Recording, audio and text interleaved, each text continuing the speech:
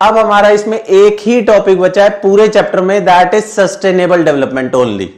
ठीक है, sustainable development के 2 टॉपिक और हैं, दैट्स इट। उसके बाद हमारा ये चैप्टर फिनिश। उसके बाद हम नेक्स्ट क्लास में इसको क्या करेंगे, रिवीजन करेंगे एक बारी, फिर नया चैप्टर स्टार्ट करेंगे। ठीक है, तो नेक्स्ट क्लास भी जरूरी है। तो सबसे पहले हम सस्टेनेबल डेवलपमेंट खत्म कर देते हैं। फर्स्ट हमारा सस्टेनेबल डेवलपमेंट होता क्या है। सस्टेनेबल डेवलपमेंट होता है लाइक अभी जो हम रिसोर्सेज का यूज कर रहे हैं, जिस क्वालिटी में कर रहे हैं, वो सेम क्वालिटी जो है एटलीस्ट फ्यूचर जनरेशन को मिलनी चाहिए। हम जितने रिसोर्सेज जिस क्वालिटी का यूज कर रहे हैं रिसोर्सेज का, सेम रिसोर्सेज की क्वालिटी और उतने ही रिसोर्सेज एटलीस्ट फ्यूचर जनरेशन को मिलने चाहिए। दैट इज सस्टेनेबल डेवलपमेंट, कि हमारे रिसोर्सेज को सस्टेन करके रखना और डेवलप करना। तो sustainable development is the development which will allow the future generation, जो क्या है फ्यूचर जनरेशन को अलाउ करेगा किस चीज के लिए, to have a average quality of life which is being enjoyed by the current generation, कि करंट जनरेशन जो भी लाइफ स्पेंड कर रहा है एटलीस्ट फ्यूचर जनरेशन को भी same quality of life spend करने का मौका मिलना चाहिए, सेम रिसोर्सेस मिलने चाहिए, सेम क्वालिटी मिलनी चाहिए। तो sustainable development is the development, sustainable development is the development which will allow the future generation, sustainable development is the development which will allow the future generation, किसको allow करेगा, future generation को, किस चीज के लिए, to have a average quality of life, to have a average quality of life which is being enjoyed by the current generation, which is being enjoyed by the current generation. तो अब हम क्या कर रहे हैं, sustainable development, sustainable development is the development which will allow the future generation, which will allow the future generation, किस चीज के लिए, to have a average quality of life, to have a average quality of life which is being enjoyed by the current generation, जो current generation use कर रहे हैं same quality जो है एटलीस्ट फ्यूचर जनरेशन को मिलना, दैट इज सस्टेनेबल डेवलपमेंट। ठीक है दोस्तों, ये था हमारा जो है सस्टेनेबल डेवलपमेंट। अब हम करेंगे how to achieve sustainable development. अब हम करेंगे दोस्तों how to achieve a sustainable development. Sustainable development हम कैसे अचीव करें। सस्टेनेबल डेवलपमेंट आप लोगों को समझ में आ गया।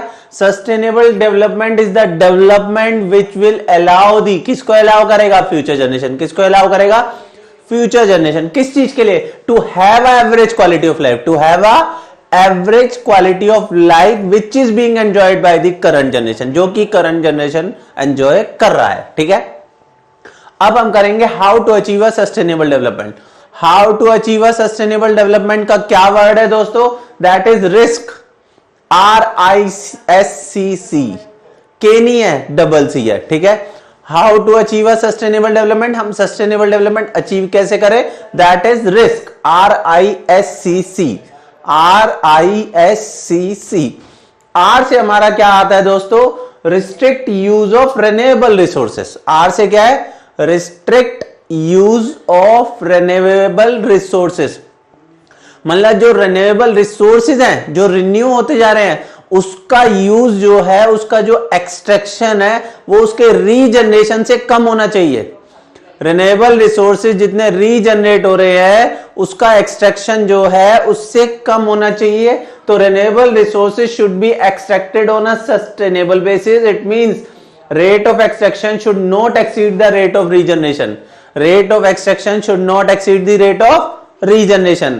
इसको हम क्या कहते हैं, that is first point क्या था, R से restrict use of renewable resources, restrict use of renewable resources, restrict use of renewable resources. अब हमारा वर्ड क्या है, रिस्क। हम कर क्या रहे हैं, how to achieve a sustainable development, how to achieve a sustainable development.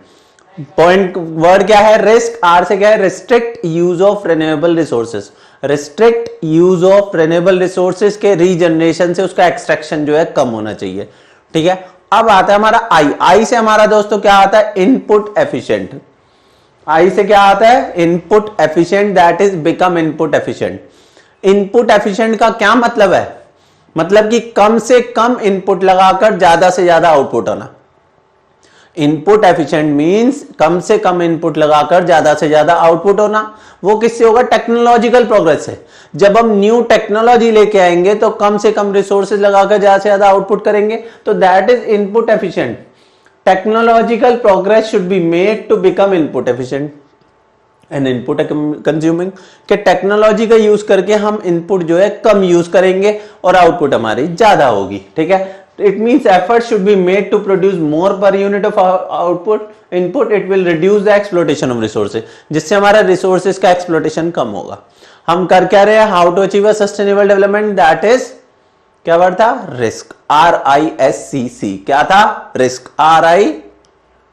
RISC, R से क्या था, restrict use of renewable resources, restrict साथ साथ में बोलोगे तो सब लर्न हो जाएगा वरना कुछ भी लर्न नहीं होगा, ठीक है।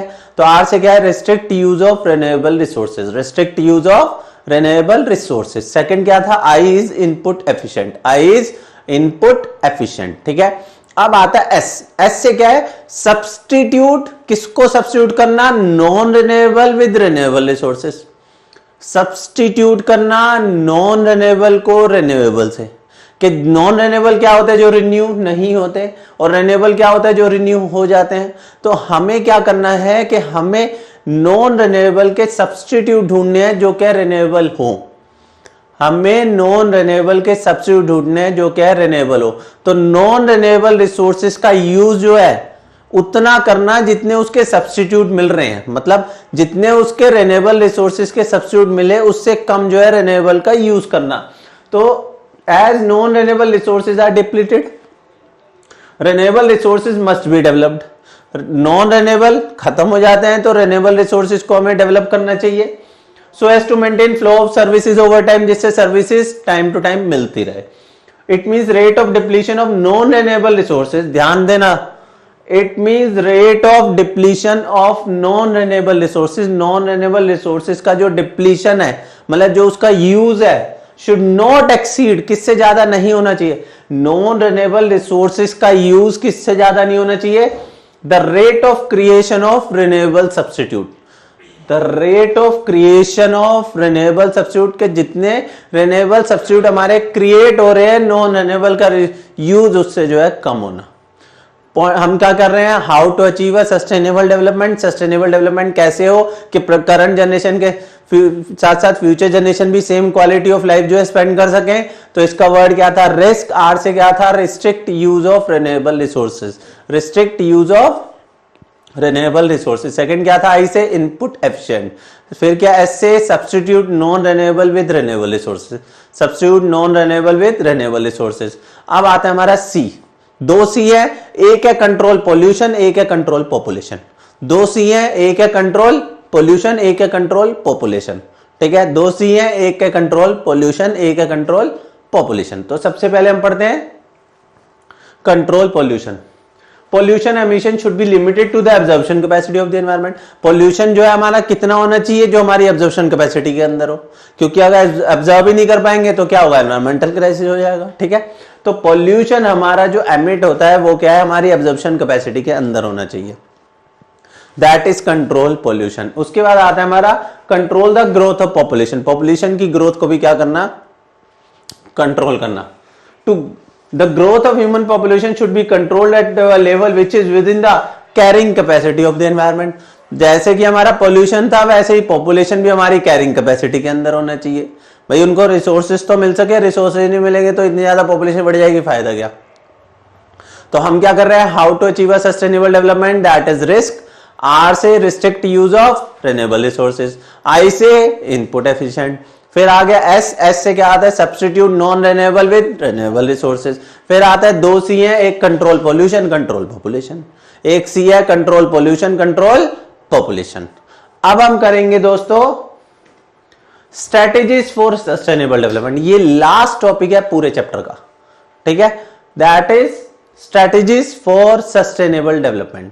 स्ट्रेटेजीज फॉर, अभी हमने किया था हाउ टू अचीव, कैसे अचीव करें, अब कौन कौन सी स्ट्रेटेजीज हम यूज करते हैं सस्टेनेबल डेवलपमेंट को अचीव करने के लिए। इसका वर्ड क्या होता है हमारा, cute, double C triple U T E, double C triple U T E, strategies for sustainable development, strategies for sustainable development, that is cute. First C से हमारा क्या आता है, कंट्रोल ऑन बायोपेस्ट, ठीक है। बायोपेस्ट क्या होता है, पेस्टिसाइड्स। भाई ग्रीन रेवोल्यूशन के टाइम पे पेस्टिसाइड का यूज बहुत ज्यादा हो गया था, जिसके कारण उसके न्यूट्रिएंट्स जो है कम हो जाते हैं, ठीक है, तो उसको जो है कंट्रोल करना। तो फर्स्ट क्या, the advent of green revolution has increase the use of chemical pesticide. Green revolution आने से उसका पेस्टिसाइड का यूज जो है बढ़ गया था। Which not only contaminants the food products but also pollute the water bodies. ये खाली फूड प्रोडक्ट्स को कंटेमिनेट नहीं करता बल्कि जो है वाटर बॉडीज को भी जो है पोल्यूट कर देता है। To meet this challenge better method of pest control are promoted. तो इसको कंट्रोल करने के लिए best method of pest control हमें जो है अपनाना चाहिए। ठीक है, तो फर्स्ट क्या आता है, control on biopest. Control on biopest, ठीक है, हम कर रहे हैं strategies for sustainable development, that is QCCUTE। First C से हमारा क्या है, control on biopest. Control on biopest. दूसरे सी से हमारा क्या आता है, change in unsustainable pattern of consumption and production. Change in unsustainable pattern of production and consumption. ये कह रहे हैं जब हम प्रोडक्शन और कंजम्पशन करते हैं तो क्या होता है, वेस्ट जनरेट होता है। तो with increasing purchasing power wasteful consumption is stressing the resource based developing countries. ये कह रहे हैं लोगों की परचेजिंग पावर बढ़ रही है, पैसा बढ़ रहा है, पैसा बढ़ रहा है, इनकम बढ़ रही है, इनकम बढ़ रही है, परचेजिंग पावर बढ़ रही है, परचेजिंग पावर बढ़ रही है, तो ये लोग जो है लग्जरी गुड्स को जो है ज्यादा कंज्यूम करते हैं। ठीक है, तो वो क्या है कि ये कह रहे हैं वो वेस्टफुल कंजम्पशन है, हमारी जो लग्जरी गुड्स की कंजम्पशन है दैट इज वेस्टफुल कंजम्पशन है। ठीक है, तो it is important to counter the through education and public awareness. ये कह रहे हैं हमें इसको कंट्रोल करना चाहिए, कैसे, through education and public awareness. कैसे कंट्रोल करना चाहिए, through education and public awareness. Point का नाम हमारा क्या था, change in unsustainable pattern of production and consumption. कि प्रोडक्शन और कंजम्पशन का जो पैटर्न है वो सही नहीं है। क्यों, क्योंकि हम अब जो है लोगों का पैसा बढ़ गया, परचेजिंग पावर बढ़ गई, तो वो जो है लग्जरी गुड्स का ज्यादा कंज्यूम करते हैं। ठीक है, तो उसको हमें कंट्रोल करना चाहिए, कैसे, through education and public awareness. Through education and public awareness. ठीक है, तो हम क्या कर रहे हैं, स्ट्रेटेजीज। स्ट्रेटेजीज क्या है, QCCUTE। फर्स्ट सी से क्या था, कंट्रोल ऑन बायोपेस्ट। सेकंड क्या था, change in unsustainable pattern of production and consumption. Change in unsustainable pattern of production and consumption. अब आते हैं हमारे 3 U। ठीक है, CC U, डबल सी हो गया, ट्रिपल U। फर्स्ट U से हमारा क्या आता है, use of non conventional source of energy. Use of non conventional source of energy. Non conventional sources like जैसे विंड पावर हो गया, सोलर रेज हो गया। अब जैसे धूप वगैरह, तो यहाँ पे सोलर रेज तो पूरी है। ठीक है, तो ये कह रहे हैं कि यहाँ पे जो है विंड पावर और solar rays are cleaner and greener energy. ये क्लीनर भी है और ग्रीनर भी है क्योंकि कोई पोल्यूशन तो होता ही नहीं इसमें। तो but are not yet been explored on a large scale due to lack of technology. ये कह रहे हैं हमारे पे टेक्नोलॉजी ऐसी नहीं है जिसका इसका प्रॉपर यूज किया जाए। ठीक है, तो in areas with high speed of wind, wind mills can provide electricity. जहां हवाएं बहुत तेजी से चलती है वहां पे हम जो है विंड मिल्स का यूज कर सकते हैं इलेक्ट्रिसिटी जनरेट करने के लिए। जहां पर विंड बहुत तेजी से चलती है वहां पे विंड मिल्स का यूज कर सकते हैं हम इलेक्ट्रिसिटी जनरेट करने के लिए, without any adverse impact on the environment, क्योंकि इसका एनवायरमेंट के ऊपर कोई भी एडवर्स इंपैक्ट नहीं डलता। ठीक है, तो India is naturally endowed with large quantity of solar energy. हमारे यहाँ पे सोलर एनर्जी की तो कमी है नहीं, तो क्या in the form of sunlight with the help of photovoltaic sales. इसको आप अंडरलाइन कर लेना, फोटोवोल्टिक सेल्स 1 मार्क का आ जाता है कि सोलर सनलाइट के थ्रू जब हम उसको इलेक्ट्रिसिटी में कन्वर्ट करते हैं, किसके थ्रू करते हैं, दैट इज फोटोवोल्टिक सेल्स। ठीक है, किसके थ्रू करते हैं, फोटोवोल्टिक सेल। तो ये हमने क्या किया, use of non conventional source of energy, जिससे हमारे एनवायरमेंट के ऊपर नेगेटिव इंपैक्ट नहीं डलता। हम कर रहे हैं स्ट्रेटेजीज। स्ट्रेटेजीज में फर्स्ट क्या था, वर्ड क्या था, QCCUTE। फर्स्ट सी से क्या था, control on biopest. Control on biopest. Second क्या था, change in unsustainable pattern of production and consumption. कि वो क्या है कि लग्जरी गुड्स की कंजम्पशन बढ़ गई है तो हमें वो कम करनी चाहिए थ्रू एजुकेशन या पब्लिक अवेयरनेस। ठीक है, थर्ड हमारा क्या आता है, use of non conventional source of energy. Non conventional source of energy का यूज करना, लाइक विंड मिल्स हो गया। ठीक है, सोलर एनर्जी हो गई। नेक्स्ट यू से क्या आता है, हमारा 3 U है। फर्स्ट क्या आता है, use of non conventional source of energy. अब आता है हमारा use of cleaner fuels. Cleaner fuels क्या है, गांव में जो है जो औरतें खाना बनाती हैं उससे क्या है कि पोल्यूशन बहुत ज्यादा होता है, तो वहां पर जो है हमें क्या यूज करनी चाहिए, LPG। और शहर में क्या है कि गाड़ियां बहुत ज्यादा है पेट्रोल वगैरह की, तो हमें सीएनजी यूज करनी चाहिए, वो है हमारी क्लीनर फ्यूल्स। गांव में एलपीजी और शहर में सीएनजी यूज करनी चाहिए, that is a cleaner fuels. तो in urban area CNG is being promoted to be used as a fuel which lowered the air pollution. In rural areas household use dung cake, wood and biomass as fuel which creates air pollution. To overcome this problem LPG and gobar gas should be used to reduce the household pollution. तो rural areas में pollution को, air pollution को कम करने के लिए हमें क्या use करना चाहिए, एलपीजी, और अर्बन एरियाज में गाड़ियां बहुत ज्यादा है तो उसके लिए सीएनजी। ठीक है, that is use of cleaner fuels, use of cleaner fuels. First use है क्या था, use of non conventional source of energy, use of non conventional source of energy. दूसरे यूज है क्या है, use of cleaner fuels, use of cleaner fuels. अब तीसरा you आता है, तीसरे यूज है क्या, use of bio compost. Bio paste था, पेस्ट कंट्रोल, ठीक है, ये है बायो कंपोस्ट। कंपोस्ट क्या होता है, खाद, ठीक है।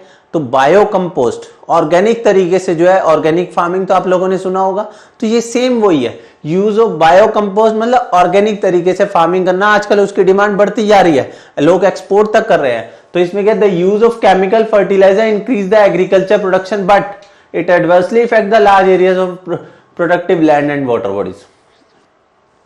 केमिकल फर्टिलाइजर का यूज करके प्रोडक्शन तो बढ़ जाती है, ठीक है, लेकिन ये जो है हमारा नेगेटिव इंपैक्ट डालता है किसके ऊपर, वाटर बॉडीज के ऊपर, लैंड के ऊपर। तो due to use of chemical fertilizer demand for irrigation has been going up. और आपने ग्रीन रेवोल्यूशन में पढ़ा ही होगा कि जैसे जैसे हम केमिकल फर्टिलाइजर का यूज ज्यादा करते हैं तो इरिगेशन फैसिलिटीज ज्यादा चाहिए होती है। तो with the rise in demand for organic food, organic food की डिमांड जैसे जैसे बढ़ रही है तो फार्मर्स को क्या है कि यूज करना चाहिए कंपोस्ट। ठीक है, तो तीन यूज थे, first is use of non conventional source of energy, use of non conventional source of energy. दूसरे यूज है use of cleaner fuels, use of cleaner fuels. तीसरे यूज से क्या आता है, use of bio compost. Control करना था bio paste पे, यूज करना है बायो कंपोस्ट। ठीक है, दोनों अलग अलग है। अब आता है हमारा cute, double C triple U T. T से क्या आता है, traditional knowledge and practices. Traditional मतलब पुराने जमाने में हम जो भी चीजें यूज करते थे उसमें पोल्यूशन नहीं होता था, लेकिन अब क्या है, टेक्नोलॉजिकल प्रोग्रेस हो गई, हर चीज हो गया, तो अब हमने जो है हर चीज को तेजी से बनाने के लिए क्या है, पोल्यूशन बहुत ज्यादा हो जाता है, जो कि हमारे एनवायरनमेंट के लिए सही नहीं है। तो हमें पुराने जमाने के ही चीजें यूज करनी चाहिए जो क्या है, पोल्यूशन को कंट्रोल करता है। तो traditionally all practices relating to agriculture system use to be environmental friendly. पुराने जमाने में जो भी यूज करते थे that is environmental friendly. The shift from the traditional system has caused to a large scale damage to the environment. जैसे हम उससे शिफ्ट हुए तो इसने जो है हमारे एनवायरमेंट को डैमेज करना स्टार्ट कर दिया। Old system like AYUSH treatment are environment friendly, free from side effect, do not involve chemical processing. ठीक है, तो पुराने जमाने की चीजें यूज करना जो क्या है, हमारा पोल्यूशन वगैरह कुछ नहीं होता, हमारे एनवायरमेंट के ऊपर कोई भी नेगेटिव इंपैक्ट नहीं डालता। ठीक है, ये हमारा क्या आता है, traditional knowledge and practices. Traditional knowledge and practices हम कर रहे हैं। Strategies, strategies is cute. First C से control on biopest, second C से change in unsustainable pattern of production and consumption. साथ साथ में बोल के सब याद हो जाएगा, बट नहीं बोलोगे तो कुछ भी याद नहीं होगा। तो हम कर रहे हैं strategies, that is cute. First C is control on biopest, second क्या था, change in unsustainable pattern of production and consumption. Next क्या आता है, यू। यू से क्या था हमारा, use of non conventional source of energy. दूसरे यू से use of cleaner fuels. Third U से क्या आता है, use of bio compost. T से क्या था, traditional knowledge and practices. Last क्या आता है हमारा, ई। ई से क्या आता है, establishment of mini hydel plants. जितने भी हमारे हिल स्टेशन होते हैं वहां पे मिनी हाइडल प्लांट्स का यूज करके हम इलेक्ट्रिसिटी जनरेट कर सकते हैं और वहां की लोकल डिमांड को फुलफिल कर सकते हैं, क्योंकि मिनी हाइडल प्लांट्स के थ्रू हम इलेक्ट्रिसिटी जब जनरेट करते हैं तो इससे कोई भी नेगेटिव इंपैक्ट हमारे एनवायरनमेंट के ऊपर नहीं पड़ता। इसके लिए हमें कोई भी जो है मिली वायर्स वगैरह की जरूरत नहीं होती है। ठीक है, तो ये क्या है कि in mountain region perpetual streams can be found almost everywhere which can be used as generate electricity. Perpetual streams होती है जिसको हम इलेक्ट्रिसिटी में कन्वर्ट कर सकते हैं, किसके through, through mini hydel plants. तो such power plants are more और लेस एनवायरमेंटल फ्रेंडली। ये क्या होता है, environmental friendly, and generate enough power to meet local demands, वहां की लोकल डिमांड को फुलफिल करने के लिए बहुत है। और large scale transmission towers and cables, जो उनसे बड़े बड़े टावर्स और केबल्स होते हैं उनका यूज इसमें नहीं होता, ठीक है। तो लास्ट क्या था, establishment of mini hydel plants. हम कर रहे थे सस्टेनेबल डेवलपमेंट, उसकी strategies that is cute double C triple U T. First C से क्या था, control on bio pest. Second C से क्या था, change in unsustainable pattern of production and consumption. 3 U है। फर्स्ट यू से क्या था, use of non conventional source of energy, use of non conventional source of energy. Second use है use of cleaner fuels. Third क्या था, use है use of bio compost, ठीक है। टी से क्या था, traditional knowledge and practices. Last is establishment of mini hydel plants. तो दोस्तों ये हमारा 9th चैप्टर पूरा कंप्लीट हो चुका है, ठीक है। इसके बाद हम जो है कौन सा चैप्टर करें, इसके बाद हम कर लेते हैं रूरल डेवलपमेंट, ठीक है। इसके बाद हम पूरा चैप्टर रूरल डेवलपमेंट करेंगे, ठीक है। बट ये पूरा चैप्टर पढ़ने के बाद नेक्स्ट क्लास में पहले हम इसको रिवाइज करेंगे, उसके बाद वाली क्लास में रूरल डेवलपमेंट, क्योंकि जो पढ़ा दिया उसकी रिवीजन जरूरी है। रिवीजन नहीं होगी तो कैसे चलेगा, ठीक है। बट 15 से 20 दिन के अंदर अंदर हम ये पूरी इकोनॉमिक डेवलपमेंट बहुत बढ़िया से कर लेंगे, ठीक है दोस्तों। अगर ये वीडियो पसंद आई हो तो लाइक करें, सब्सक्राइब करें और अपने फ्रेंड्स को शेयर करना ना भूलें, ठीक है दोस्तों। तो ओके, मिलते हैं नेक्स्ट क्लास में, बाय।